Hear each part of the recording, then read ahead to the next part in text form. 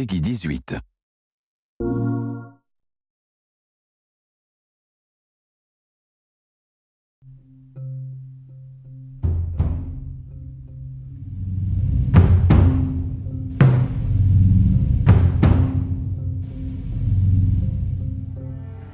We really want to make sure that there's that contrast between the negative space and then the high tension spikes. You need the exploration, you need the scavenging, you need something to say like, okay, I'm setting a certain tone and a patina here so that then we can contrast that with some stark like changes. We need the intensity to strike a different chord.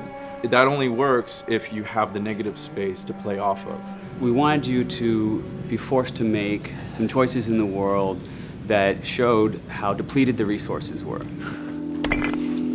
You know the drill. Look around, see if there's anything we can use. And we really wanted to give you a reason to go explore this space. It's like, well, you need to look for supplies that will help you survive another day in this world. Throughout the world, the player finds all sorts of different pieces of items, such as rags, alcohol, bits of broken blades, bindings, and you can combine these together in different ways in order to create items that are useful for surviving in this world. Some items in the recipes require the same combinations of things or the same types of resources. So you have to make this choice, do I want to go offensive with it? Do I want to go defensive with it? I can find a bottle of alcohol and some rags and I can create a Molotov cocktail from it. That's going to help me take out a couple guys if I use it appropriately.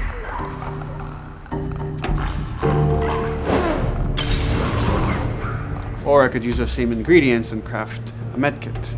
And that lets me kind of choose, do I want to play it more defensively and kind of have items that help me heal myself, or much more aggressively, I'm going to have items that help me kill and destroy in order to then progress and get out of this area.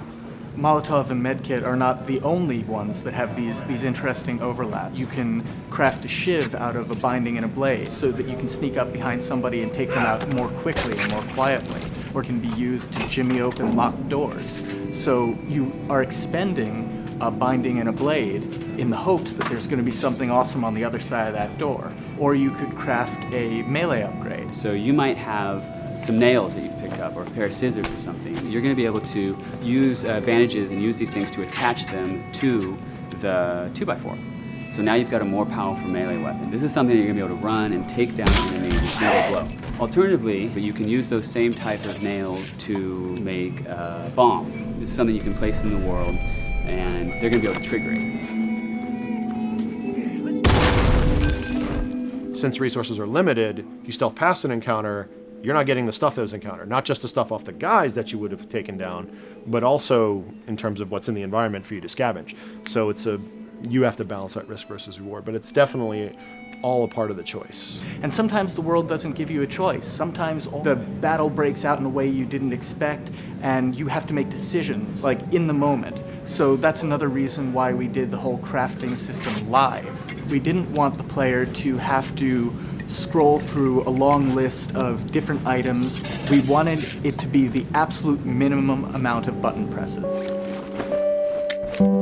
The thing that I hate about any game's UI is when it pulls you out of the game for too long. So that was a challenge to reduce it all to like that half of a screen. And you want to see Joel. You want to see like what's going on around him and be aware of what's happening so you don't have an infected run up on you and start beating on you when you're crafting shivs and stuff. So we needed to make it streamlined and fast enough that you felt like you could take just that moment and be able to craft that thing that's going to mean your survival in the next 30 seconds or your failure to survive.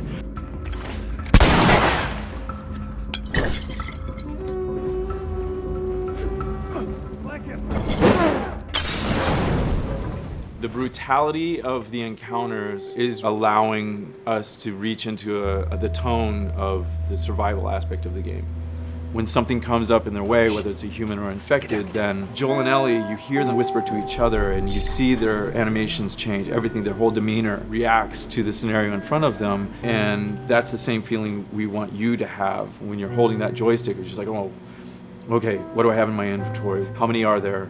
Where are they at? Locate them and try to figure out, okay, what are we gonna do?